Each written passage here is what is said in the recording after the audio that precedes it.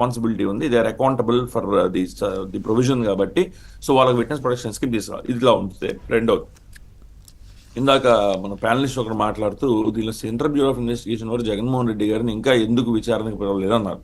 So నేనేం చెప్తానంటే జగన్మోహన్ రెడ్డి గారిని విచారణ పిలవటం ఇదంతా సెంట్రల్ బ్యూరో ఆఫ్ ఇన్వెస్టిగేషన్ ఒక one aspect of it. The second aspect of it is ఎవరెవరైతే ఆల్రెడీ టెస్టిఫై చేశారో విట్నెసెస్ వాళ్ళని ప్రొటెక్ట్ చేసుకునే బాధ్యత కూడా సెంట్రల్ బ్యూరో ఆఫ్ ఇన్వెస్టిగేషన్ మీద ఉంటుంది. So central bureau of investigation వారు ఇప్పటి వరకు మరి ఎందుకు అలాంటి చర్యలు చేపట్టలేదు, ఎవరెవరు విట్నెసెస్ ఉన్నారో వాళ్ళని ప్రొటెక్షన్, ఎందుకంటే నీరు గారిపోయే అవకాశం ఉంటుందండి, విచారణ నీరు గారిపోయే అవకాశం ఉంటుంది. విట్నెస్లు ఒకరికొకరు ఈ భయం మన గనక సో విట్నెస్ల లోపలికి వెళ్తే ఇంకా ఫర్దర్గా కూడా ఎవరన్నా తెలిసిన వారు ఉన్న హత్యకు సంబంధించి విట్నెస్లు బయటకు వచ్చి చెప్పే అవకాశం ఉండదు. మరి ఎవరి మీద ఉంటుంది ఆ బాధ్యత? వాళ్ళలో నమ్మకాన్ని నింపాల్సిన బాధ్యత ఖచ్చితంగా ఇన్వెస్టిగేటివ్ ఏజెన్సీ ఎవరైతే ఉన్నారో ఇన్వెస్టిగేటివ్ ఏజెన్సీ మీద ఉంటుంది. మరి ఇన్వెస్టిగేటివ్ ఏజెన్సీ ఈ రోజు ఇందాక మన ప్యానలిస్ట్లో ఒకరు మాట్లాడినట్టు కనీసం ఎవరైతే దానిలో విట్నెసెస్గా అరేంజ్ చేయాలో, ఎవరైతే దానిలో విట్నెసెస్గా అరేంజ్ చేయాలో వాళ్ళని కనీసం అరేంజ్ చేయకుండా సో ప్రాపర్గా విట్నెస్ యొక్క ఎగ్జామినేషన్ జరగకపోతే సో వాళ్ళలాగా వాళ్ళ మీద ఇన్వెస్టిగేటివ్ ఏజెన్సీ మీద ఉన్న నమ్మకమే కోల్పోయే ఇది ఉంటుందండి.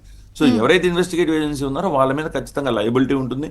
అలాంటి విట్నెస్ ప్రొటెక్షన్ స్కీమ్ ఖచ్చితంగా రాష్ట్ర ప్రభుత్వంతో మాట్లాడి తెచ్చుకొని ఆ విట్నెసెస్ అందరినీ ప్రొటెక్ట్ చేసుకున్నప్పుడే మనకి ప్రాపర్గా కేసు ఒక లాజికల్ కంక్లూజన్కి వచ్చే అవకాశం ఉంటుంది. అలా కాకుండా సో విట్నెస్లతో మాకు సంబంధం లేదు, విట్నెస్ ప్రాపర్ విట్నెస్లను ఎగ్జామిన్ చేయడం ఒక ఆస్పెక్ట్ అయితే, ఆల్రెడీ ఎగ్జామిన్ చేసిన విట్నెసెస్ వాళ్ళు న్యాయస్థానంలో టెస్టిఫై చేసే విధంగా చూసుకోవడం అనేది కూడా సెంట్రల్ బ్యూరో ఆఫ్ ఇన్వెస్టిగేషన్కి సంబంధించిన ఆ ఇన్వెస్టిగేటివ్ ఏజెన్సీకి సంబంధించిన ప్రైమరీ రెస్పాన్సిబిలిటీ. సో మరి ఇప్పుడు ఈ హత్యలు జరుగుతున్నాయా, ఆత్మహత్యలా, ఇవి ఎలా నెగ్లిజెన్సీ ఉందని మీకు అనిపిస్తుందా? కనబడుతుంది కదండి నెగ్లిజెన్సీ, ఇన్వెస్టిగేటివ్ ఏజెన్సీ నెగ్లిజెన్స్ కనబడుతుంది నాకు క్లియర్గా. సో ఒకవేళ రాష్ట్ర ప్రభుత్వానికి perhaps letters assume for the sake of discussion అండి, రాష్ట్ర ప్రభుత్వానికి సెక్షన్ 398 అని తెలిసే అవకాశం ఉండకపోవచ్చు. ఎందుకంటే నేను కూడా ఇప్పుడు ఈ డిబేట్కి ఉన్నది కాబట్టి చదివాను నేను ఆ పర్టికులర్ ప్రొవిజన్ని లేదా particular minister of home affairs వాళ్ళు ఇచ్చిన గైడ్ లైన్స్ని.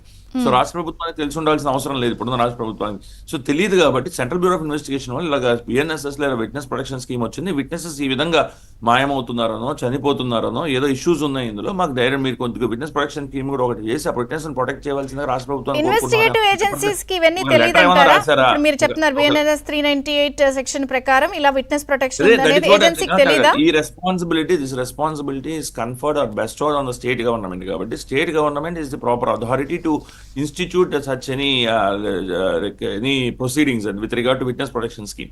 కాకపోతే it is the responsibility. CBI ఒక ఇన్వెస్టిగేషన్ చేస్తున్నప్పుడు ఒక కేసుకు సంబంధించి దానిలో విట్నెస్లు ఎలా చనిపోతున్నారు అనేది సరే దానికి సెవరల్ రీజన్స్ ఉండొచ్చు.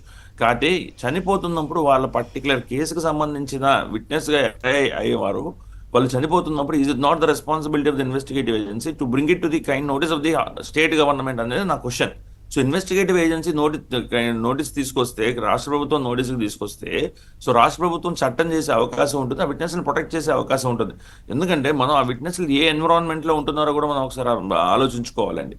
సో పులివెందుల లాంటి ప్లేస్లో కానీ లేదా కడప లాంటి ప్లేస్లో కానీ అలాంటి ప్లేసుల్లో ఉన్నప్పుడు ఖచ్చితంగా వాళ్ళు ఒక విట్నెస్గా వారిని చూపించినప్పుడు ఒక కేసులో వాళ్ళకి భయాందోళన ఉండటం అనేది సర్వసాధారణం.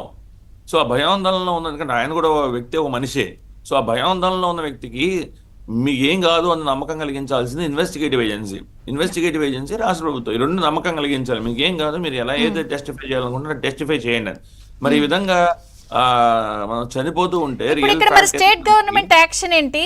ఎవరు చొరవ తీసుకోవాలి ఇప్పుడు ఈ కేసులో వేగవంతం అవడానికి? స్టేట్ గవర్నమెంట్ ఒక విట్నెస్ ప్రొటెక్షన్ స్కీమ్ కి సంబంధించి ఒక చట్టాన్ని తీసుకురావాల్సిన అవసరం ఉన్నది.